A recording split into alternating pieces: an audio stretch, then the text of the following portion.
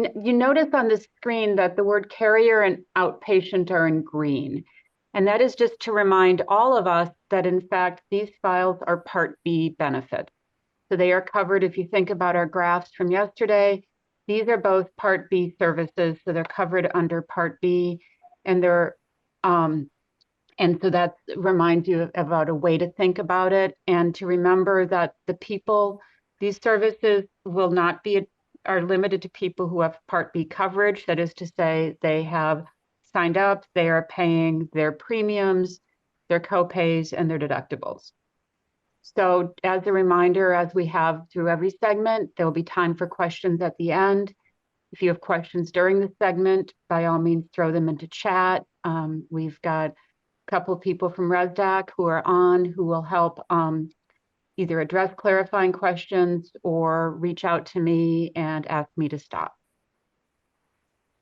So what this segment covers is how to use the carrier and outpatient files. There are some challenges to using the files correctly, and we will start off by explaining those challenges. A real quick, would you, everyone make sure that they're muted? It can be hard just to have the noise from competing microphones. Thank you. We'll talk about the services found in the outpatient and carrier files, the types of providers found, the key variables, the physical structure of the files. And I think that is sometimes the hardest part about these files, is understanding that. And then how the outpatient, the carrier, and the inpatient or MedPAR files interrelate, how you use them together, when you use them together, and what it means. So these are, I think, confusing files because, as we've said yesterday, these data sets are created by an insurance company for the purposes of managing insurance. These are not research files. They are not designed by somebody who does research. These are designed to manage insurance claims. And so, in fact, what happens and why these files are confusing is because the services that are contained in the division between the two files is determined by the status of the billing entity rather than the status of the recipient of the care or the care received. And so that makes it hard because we've got to get our head around what exactly that means so that we use and interpret the information from the files correctly. So both files contain Part B services, and both files contain information about non-inpatient healthcare, particularly procedures and testing.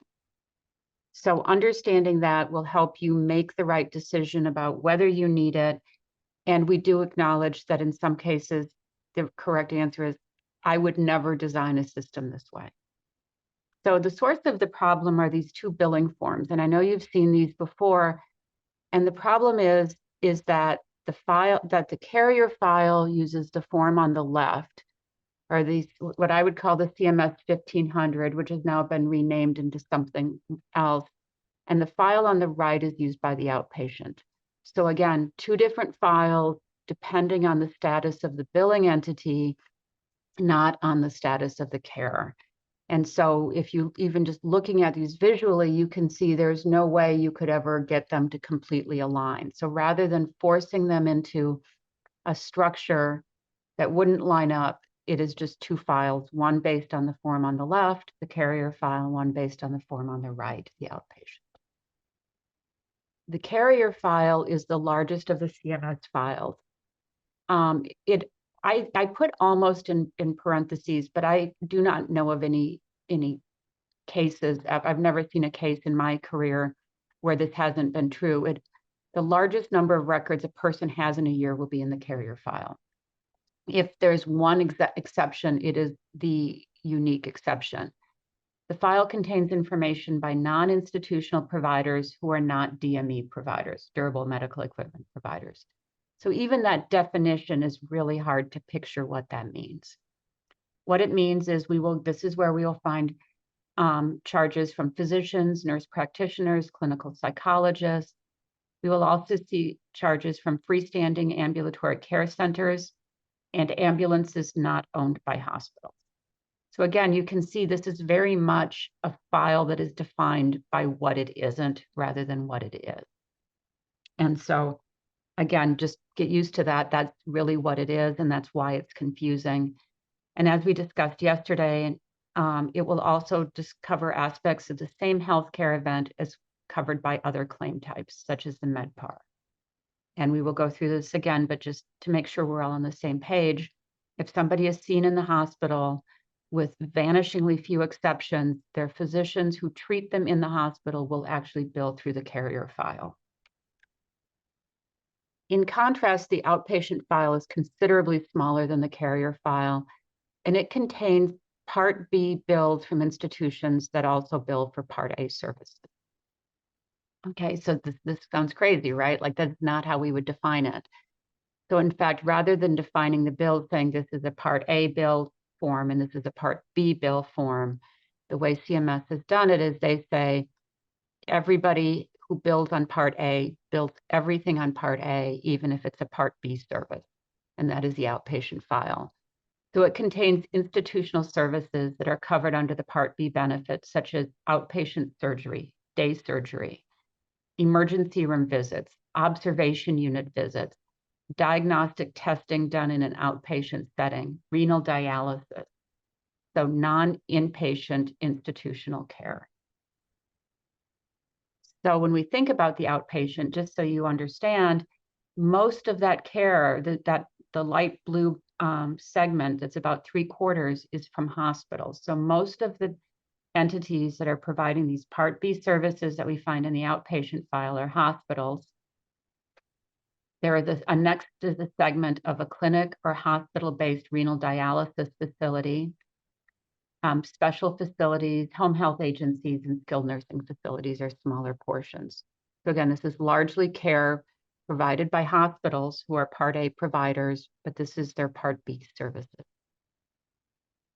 So Part B service, the outpatient carrier, these are rarely used alone. In fact, in most cases, we need to use both.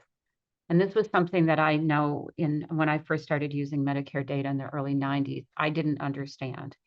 And I have a couple of notable mistakes where I thought I could choose, and which point we would always choose the outpatient over the carrier because it was more manageable. But in fact, our goal, as we've said, is to understand the care, and that means we often have to look at both places. As an example, ambulatory care surgical centers may be independent, in which case they will bill in the carrier, or they may be operated by a hospital, in which case they will bill in the outpatient. Hospitals may also deliver ambulatory surgeries in a department of the hospital or not. So if I want to know all of similar surgeries, I need to look in a couple of places, even though it seems like we ought to be able to look in one. The outpatient file also might need to be used in combination with the inpatient file to fully identify care that began as an outpatient, but could in some cases end up with an inpatient admission. So one of our best examples is emergency room care. If I want to understand what happens to elders using the emergency room, some of those visits will result in an admission and they will show up in the inpatient file, and some will result in a discharge, in which case they will stay in the outpatient file. So if my goal is to understand emergency room use by elders, I need to use two files. Another example is procedures that begin as day surgery and in some cases end up with an inpatient stay, in some cases they don't. A very common one is pinning of Colles fractures, wrist fractures. They're a defensive fracture and they happen when somebody falls, they put their arm out to brace themselves, and they can very easily break their wrist, particularly if they're a little osteoporotic. It's often a day surgery, but for some people who have complications, who don't react well to the anesthetics and so on, they may get an overnight stay. If they get that overnight stay, if they're admitted, that will show up in the inpatient, and if they stay as an outpatient and are discharged, it will stay in the outpatient file. So again, even some of these procedures where we say to ourselves, could it ever result in one place or the other? We find if we really want to understand the full universe of use and the full range of outcomes, we need to look in both. So when we look at facility charges for emergency room visits, just to take this a little bit farther, we see, if we look only in the outpatient file, we see the green bar. This is how much money this is how many emergency room visits there are. But notice the blue bar, those are emergency room visits that resulted in an admission. So in other words, about 1/3 of all emergency room visits result in an admission and 2/3 are discharged home. So if we use only the inpatient file, we will see one subset. And if we use only the outpatient, we will see another. But to completely understand emergency room use, we're going to need to do both. And we will be significantly wrong in our estimate or the characterization if we only use one. And then we put that on top of this, the craziness, which we've talked about, is that most healthcare events will contain multiple bills. So just think about something super simple. A beneficiary falls, they get hurt, they're taken by ambulance to the hospital, they're seen, they get an X-ray, and they're sent home. This is actually quite common in the elders. We will often see, I would argue, a minimum of 4 claims and often more than that. We will get the facility claim for the emergency room. So that is from the hospital. The hospital says you came, you talked to our admissions clerk, you talked to the nurses, you got the gown, you took your blood pressure. That's the facility claim. The emergency room physician, the person who talked to the patient, who took their blood pressure, looked at their vitals, checked them over, they will bill through the carrier. The ambulance almost always that transported them will bill through the carrier. The radiologist reading the X-ray, determining there was no hip fracture, will bill through the carrier. So something very simple that admittedly probably took 5 or 6 hours out of somebody's life will also result in, I would expect, approximately 4 different bills coming through. So if we really want to understand what is going on, we have some decisions. We could say, I don't care about the details. I only want to know whether they were in the emergency room. I'm going to live with the outpatient. We could say, I want to know how many emergency room visits were due to required an ambulance ride, in which case I want the carrier.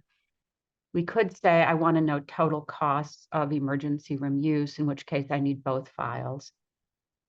And in fact, I want to know what happened to everybody who started in the emergency room, in which case I also want the inpatient. So this is the part of it all that makes it complicated, but it's also why when you call ResDAC and when you put in a request, you won't get answers. You will most likely get questions, and you can see, because the question is, what are you trying to do? What is your goal? What is your inference? What are you actually trying to accomplish? Because the right answer will vary from study to study and will depend on what your particular goals are. So we will never say to you, oh, you always have to do it this way, because there is no always or never. So distinctions between outpatient carrier, again, are confusing. Both will contain some facility charges, and both can contain physician charges. Most frequently, physician charges are in the carrier file, but in fact, either the carrier or the outpatient will have facility charges depending on whether the facility also bills Part A services or it only bills Part B services. So just to make sure, with all of that craziness, that we're all on the same page, we've got a quick poll.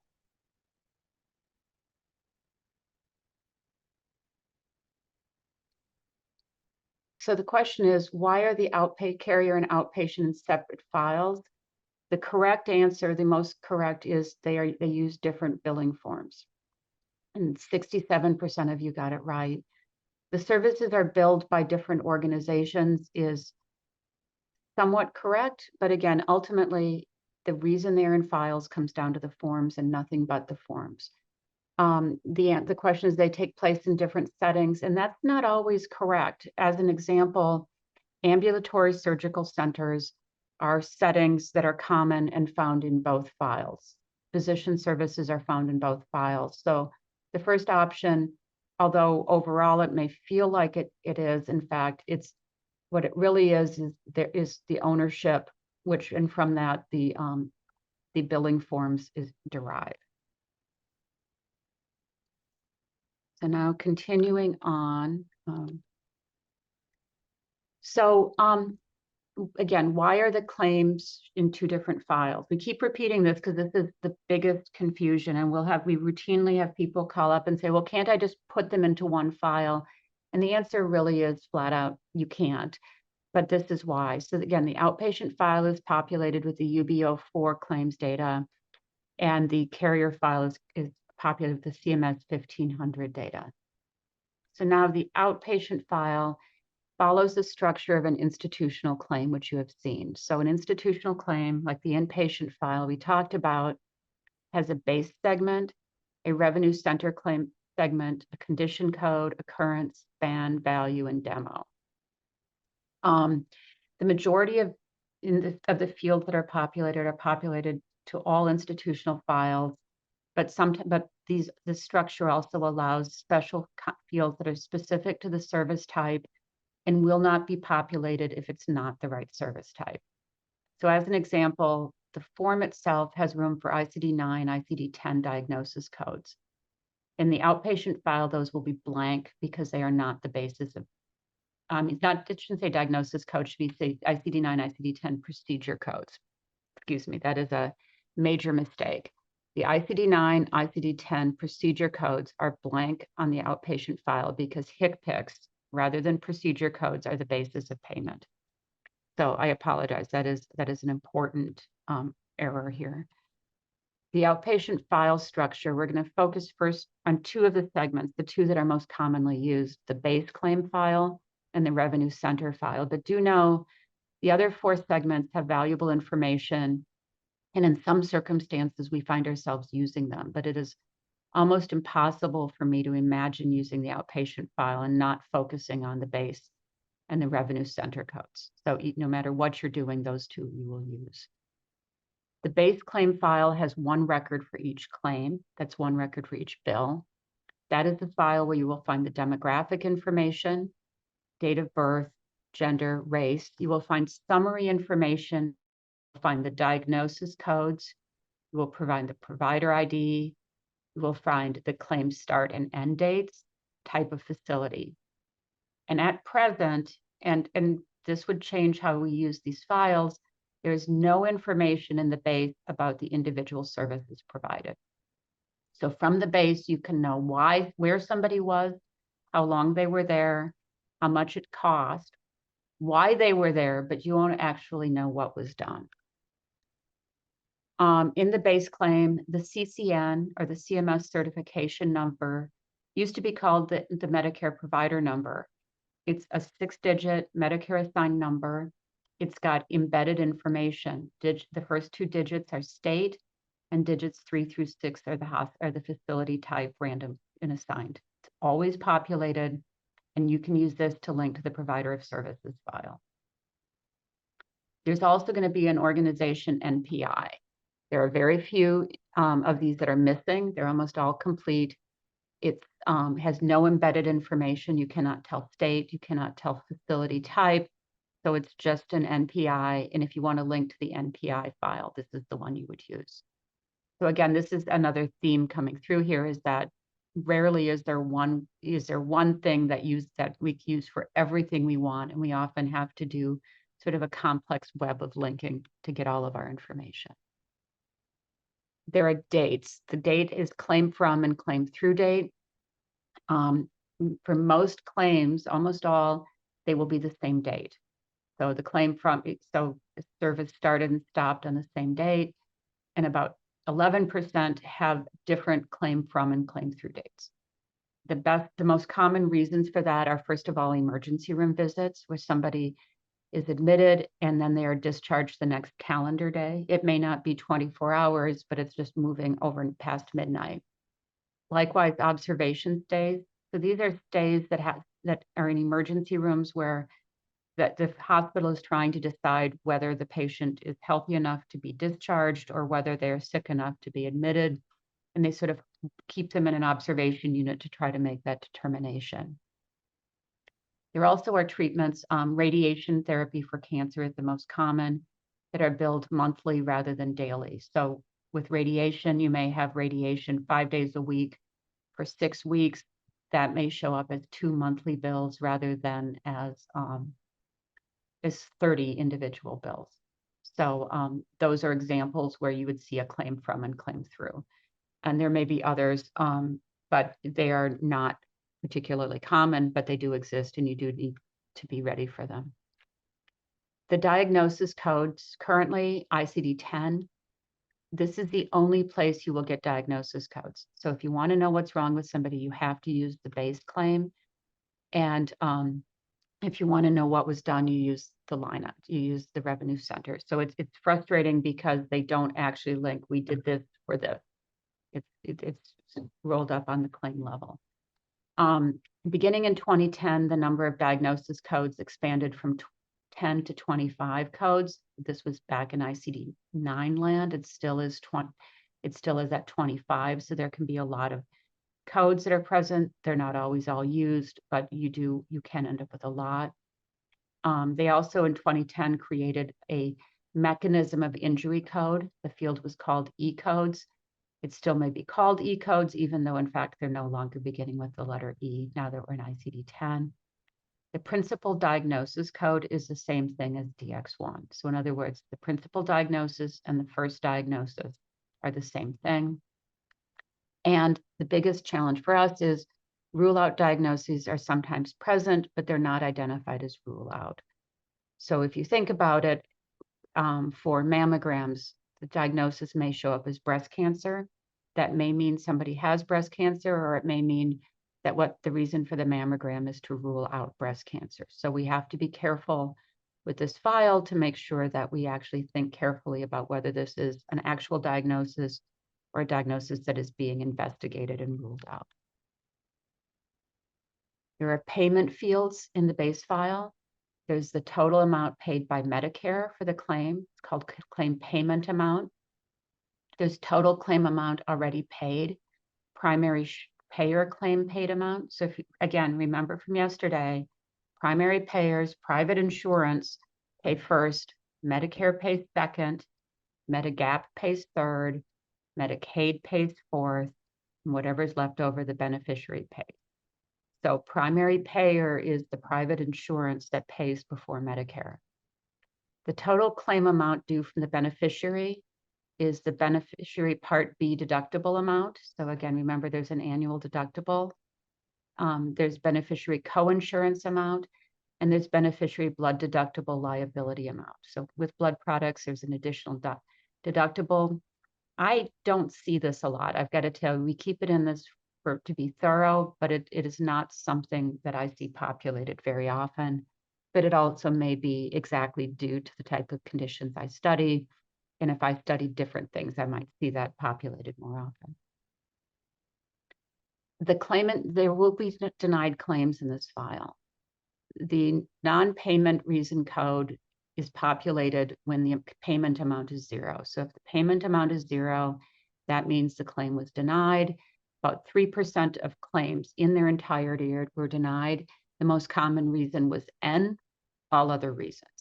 So in other words, we were excited. We thought perhaps we'd get some information that would help us classify things, but most of the time it's just denied. It can be denied for a number of reasons. It could be denied because somebody is in managed care and the bill was sent through by mistake. It could be denied because when somebody was submitting the electronic claim, they hit enter too hard and submitted it twice. They could be denied because it was an absolutely not covered service. And therefore, if no lines are approved, then the claim would be denied. So again, denied claims, payment amount equals 0. And although there's a code for why is it denied, do not expect a lot of help from that code, at least in our experience. There's also a revenue center segment. And the revenue centers are revenue generating divisions within a provider. They're candidly more often used for hospital accounting than by CMS or by providers. They're a 4-digit code. They're typically used for internal record keeping. They do not impact payment. Institutions are not required to use all possible revenue centers. So I certainly early on was spending some time looking at revenue centers, saw some really exciting ones, thought I could figure some things out, and then discovered they're often not used, and I couldn't use them, the presence or the absence of a certain revenue center for inference. Examples of revenue center codes, 0450 to 0459 are all different sorts of emergency rooms.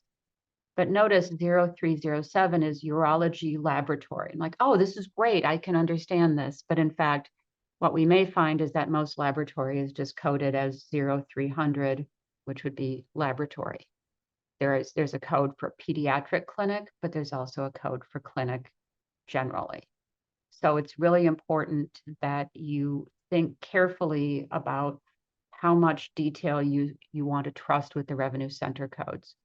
And while I wouldn't question that somebody who had a revenue center code of 0307 actually had urology lab services, I would want to be very careful to make sure there weren't other similar services in other revenue center categories. So this is, again, one of our challenges, is deciding the inference and how much we are willing to do and how much we're willing to trust.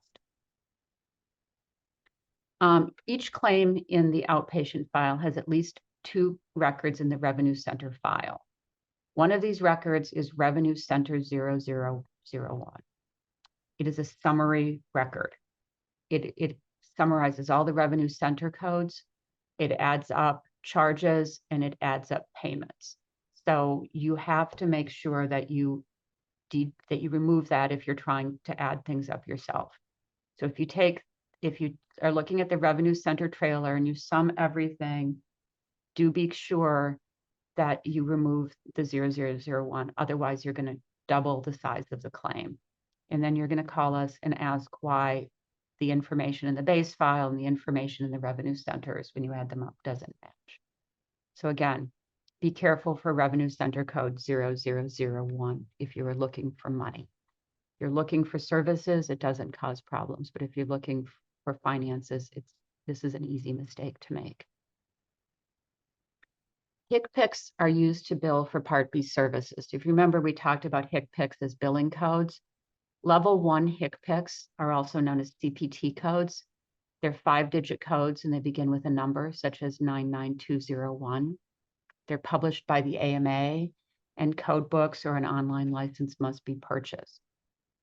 Level 2 HCPCS are 5-digit alphanumeric. They begin with a letter such as J0540.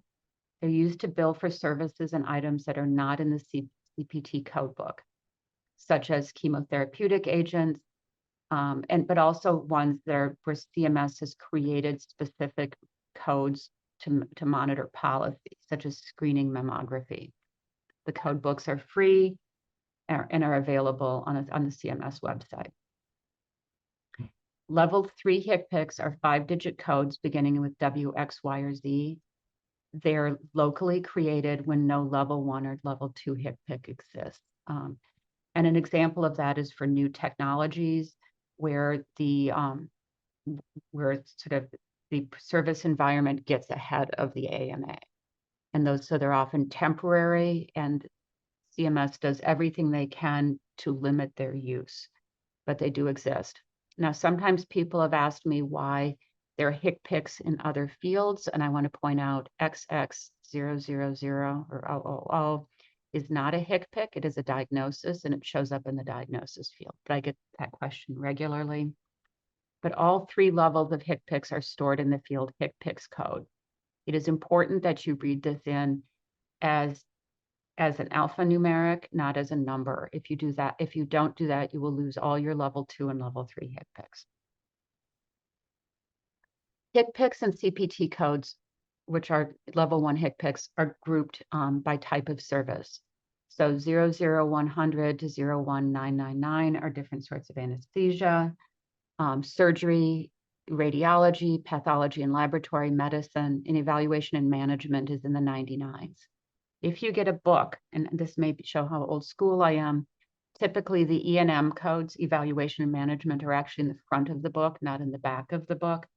So it's a little bit like a dictionary that's out of order. Just do know if you think you got a defective one, it's probably because they're in the front, because they're so common. Level 2 codes are, again, created by CMS because these are for things that physicians do not do.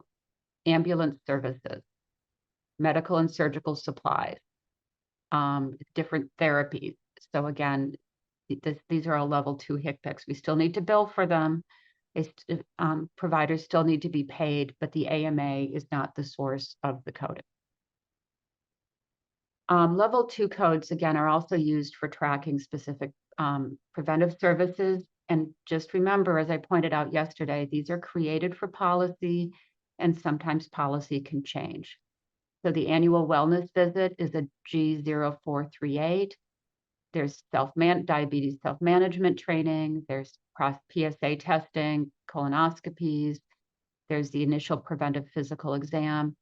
These are created to monitor policy. They often have deductibles and co-payments waived, but they frequently change. So one of the things you want to do, particularly if you're using a G code, is you want to check over time. So I know I keep saying this, but it really is one of those things where it's so easy to make a mistake, and there's not always a big dramatic announcement that starting tomorrow, we're not going to use G0103, we're going to use a different code. So as researchers studying it, it can be very hard to catch these. And I've found even when I work with the hospital billing departments, they don't always remember to tell me these things. When I say, well, can't you remember to tell me? They sort of roll their eyes. I'm low on their list. So this is one where it's really important for us as users to check for it. Level 1 and level 2 HCPCS may change typically annually. Level 1 codes are determined by the AMA. Level 2 codes are determined by CMS. There are 2 types of changes I want to point out with the AMA. Sometimes we will get incremental changes. A code will be added, and every once in a while, the AMA will completely sunset and replace an entire section of codes. So you will see both. You will see all of a sudden, all of these codes that should be stable just disappear. And sometimes you will just see there's a new code that clarifies something where there was confusion. Level 3 HCPCS, again, change more frequently. They're used when there's no appropriate level 1 or level 2 code. CMS continues to minimize their use. They are not something that is encouraged, but they are something that arises out of necessity, and you do see them. So particularly if you're studying a new technology, a new procedure, and something that is very cutting edge, do consider whether you might miss the early adopters because they're going to be using level 3 codes rather than level 1 codes. The revenue center fields also have other information. There's a revenue center date, and that is the date the service was rendered. It's not always useful because claims are often for a single day anyway, so we get it from the base. But do note that this is a single date, so it's really first revenue center date. It's not a date from and a date through. So if your claim spans a number of days, spans a week, it spans a month, you will know the first time that revenue center was used, but you don't know the last time it's used. There is an amount Medicare paid for the line item, so that is going to be for the specific HCPCS, and there's patient responsibility for the line item, and that will be patient responsibility. So again, for each line, you can see what was done in the HCPCS, you can see how much CMS paid for it, and what the patient responsibility was. When you link the base to the line item, you often, because again, you typically need both. As an example, linking diagnoses with procedures, linking a procedure to a facility, you're going to need to use 2 fields. There's what's called the claim ID, which links all of the components of a claim, and there's a Benny ID, which is for the person. So to put a claim together, you need to link it by beneficiary, by claim. This is a one-to-many link. So if you think about it, the base claim contains 1 line for each claim, but the revenue center contains at least 2 lines per claim. So you need to use usually SQL, but you need to come up with a logic check, and you need to figure out how to roll it up to keep the information you need, or how to string it wide to take a couple long skinny files and turn them into a smaller number of short wide files. So just so you can see this, imagine this case where we've got two claims. Our beneficiary, we've got two beneficiaries. We've got beneficiary A and beneficiary B. We've got two claims, claim 123 and claim 456. For the first claim, we've got a total payment of $168 with a diagnosis of shoulder pain, and the encounter started claim from date on May 1st, 2021. For person B, we've got claim 456, $81 payment for screening mammogram. That's quite the deal. And that service was on August 7th. When we look at the revenue center file, we see three revenue centers for Benny ID A. We see the summary record, we see an emergency room record, and we see a radiology record. And for beneficiary B, we see a summary and we see a screening mammography revenue center code. So this is how it would look. Notice for both of them, the revenue center payment is 0 for the summary payment. And we see the revenue charge is as it is. With claim A, they are added up. With claim B, they're not.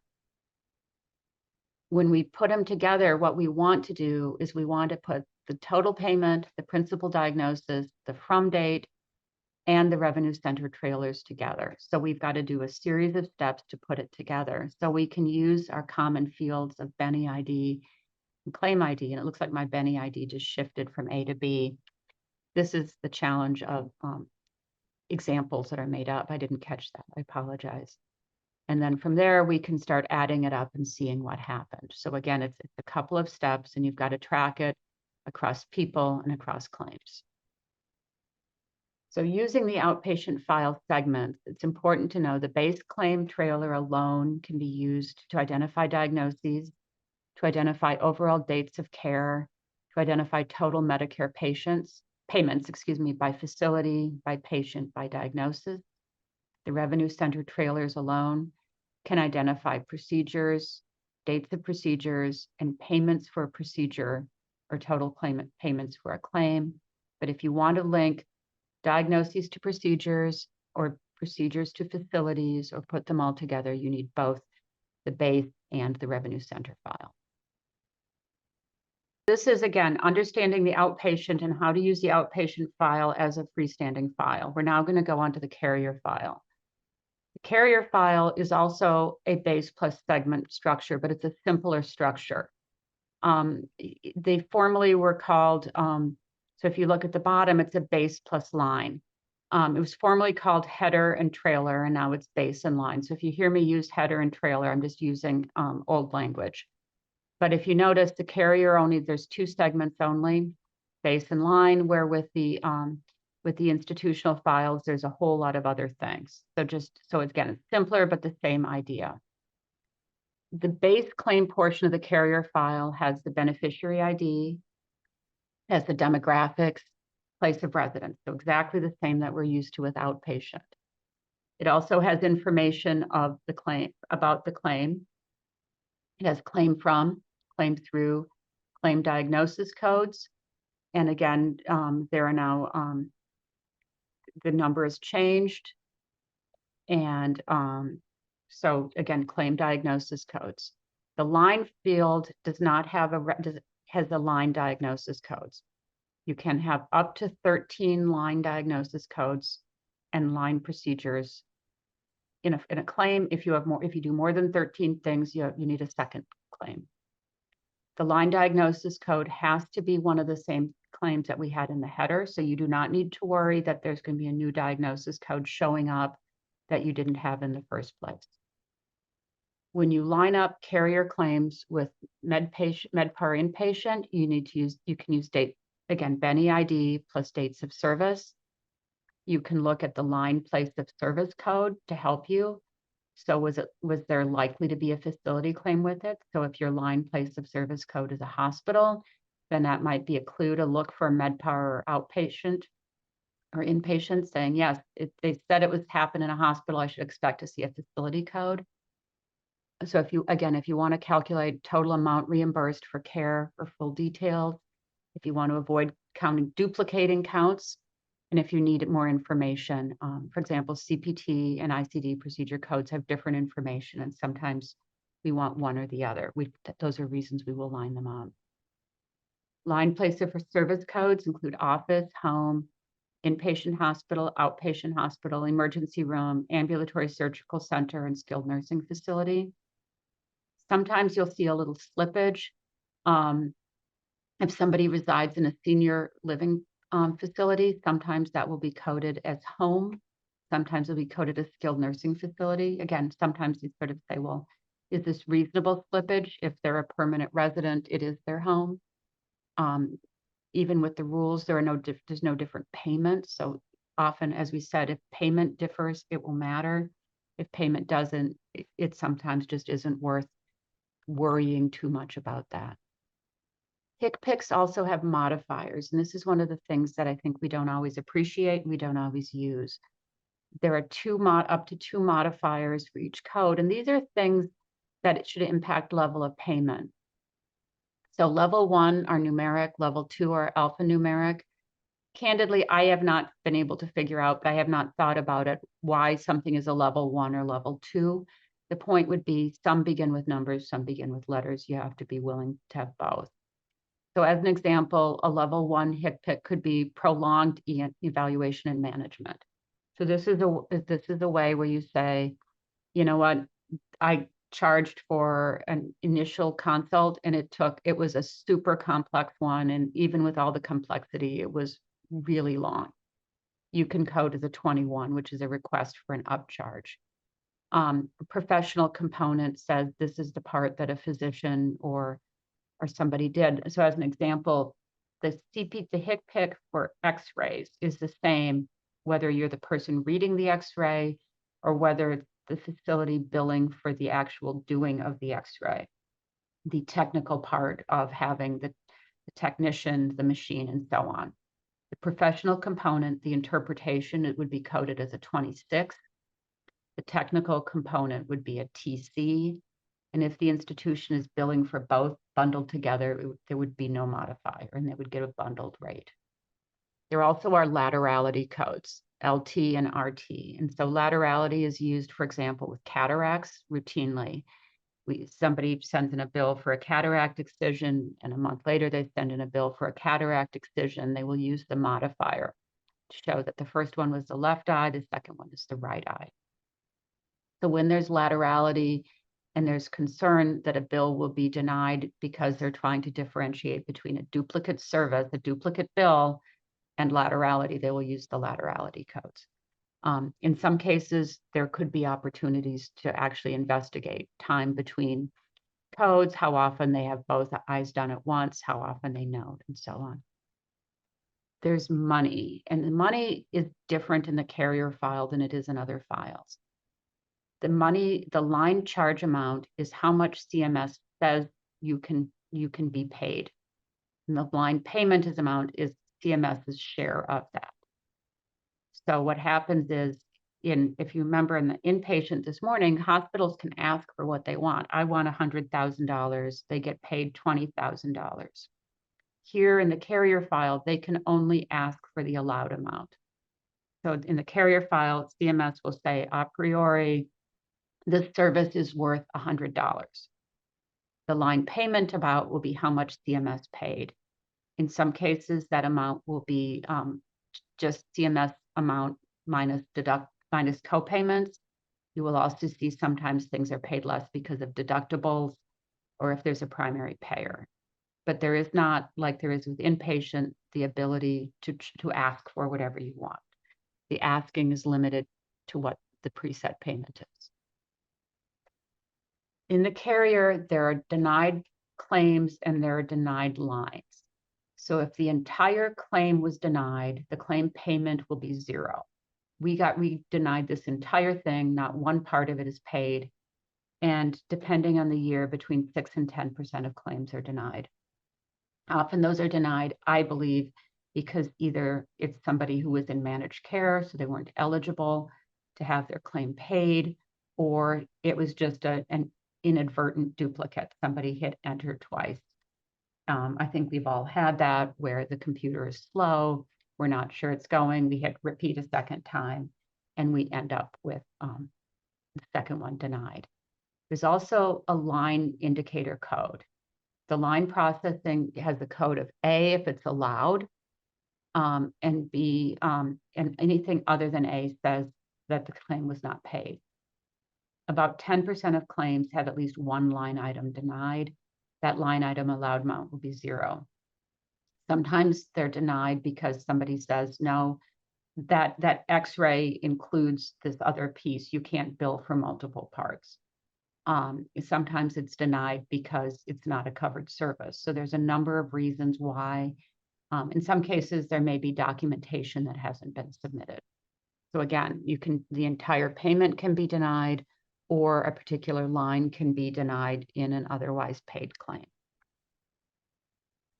The carrier file also has something which is called the MTUS field, the Miles Time Unit Services.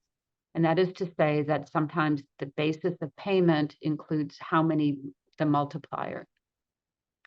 So the unit indicator says, what are the units? Is it transportation? So ambulances are paid in miles. Is it time? Anesthesia is paid in minutes or in time units now. Services, most things are paid in services. A flu shot is a service. Oxygen is paid in units and blood is paid in units. So what the indicator tells us is what it is that we are counting, and the count tells us how many. So we could imagine an ambulance ride where the MTUS indicator code would say 1, transportation, and the units would say 36. The ambulance ride was for 36 miles. An anesthesia, the units would be 2, it's an anesthesia, and the number's 3, it's 3 time units, about half an hour, and so on. So these can be useful to understand. Many drugs will be paid this way, where again, there will be units. A unit is a dose of 50 milligrams, and this person got 3 units. So do take into account this field. It can be particularly for things where the dose or the repeats can be variable. This becomes very important.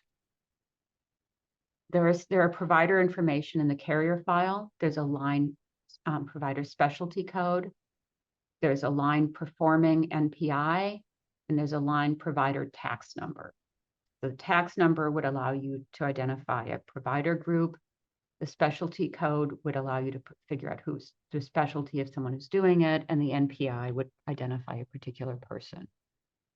The specialty codes include things general practice, various specialties, cardiology, dermatology, gastro, internal medicine, and so on. They also include they can be very specific: hand surgery, optometrist, infectious disease, podiatry. And so, but again, sometimes the specialty doesn't have to exactly line up. Somebody can have hand surgery on a general done by a general surgeon. So again, and these are not validated in terms of, these are not the same as board certification or licensure. So do be a little careful in terms of over-interpreting these. So thinking about your own personal research, which of the files do you think you're going to be using between the carrier and the outpatient?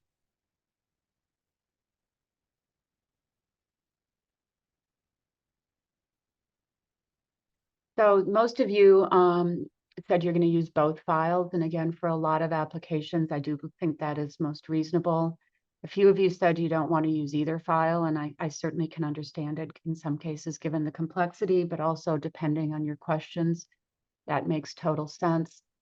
And slightly more of you said you'd use the outpatient than the carrier if you were only using one.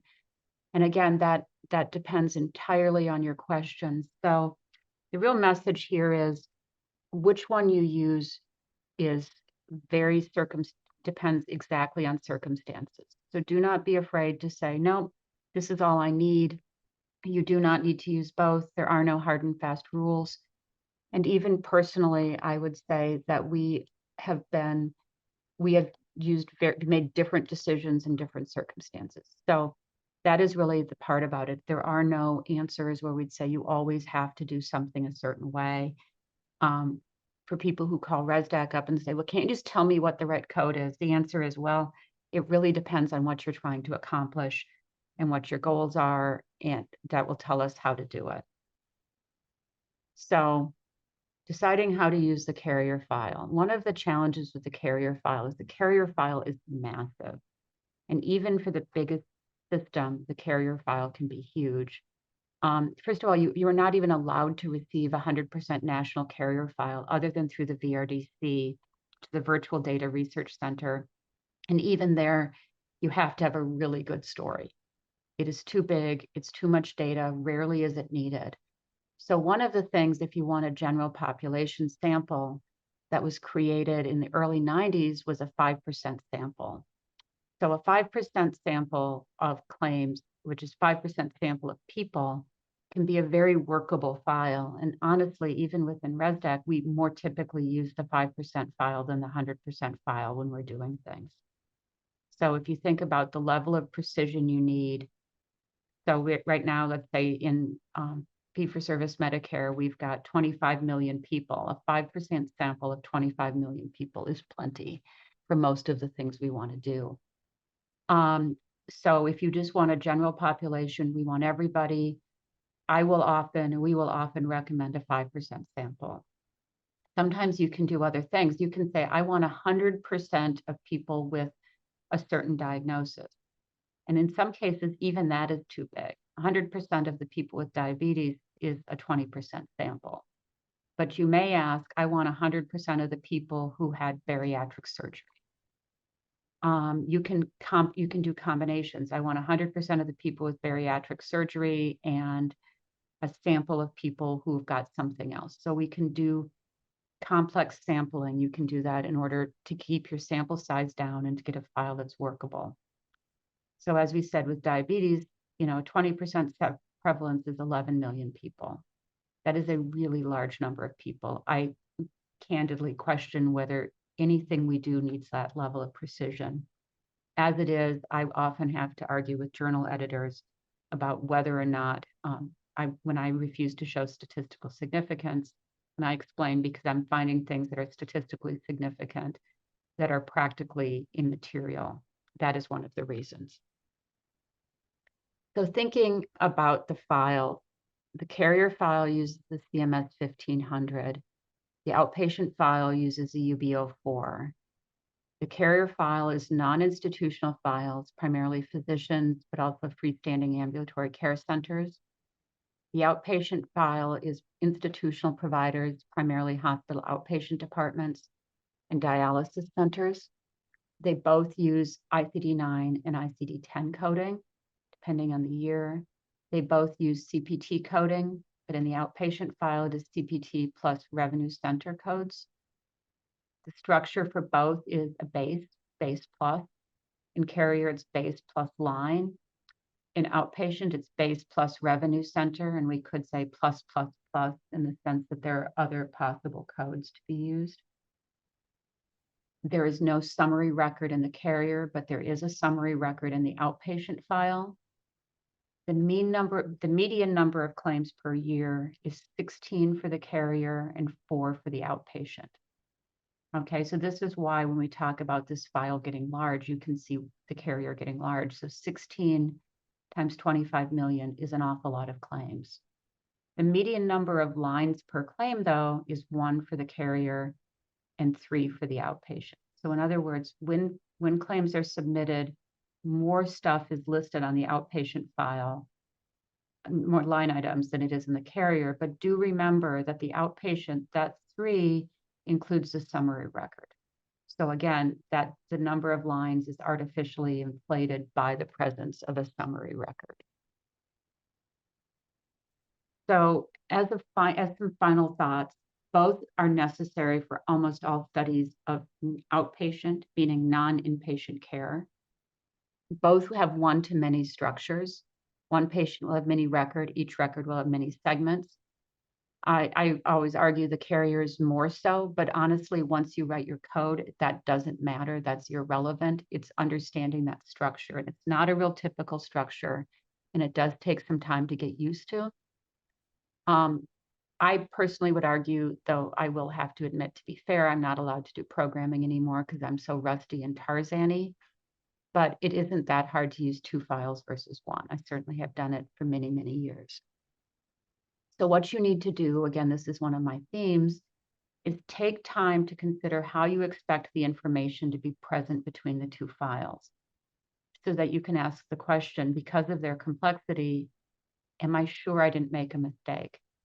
Do you expect more of the records to be in Carrier? Do you expect more to be in the outpatient? Do you expect an equal mix? As an example, if I'm looking for cataract excisions, I'm going to expect many, many more to be in the Carrier in physician offices than I would in the outpatient than in hospital settings. In other circumstances, I might say the opposite. I'm going to say I would be very surprised if this was done in non-hospital settings.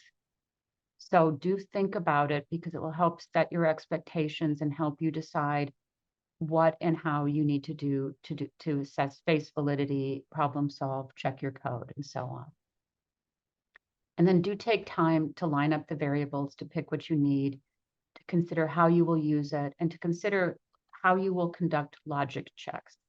Because we have to trust what is there, and we have to use logic checks, face validity, in order to check on what we are.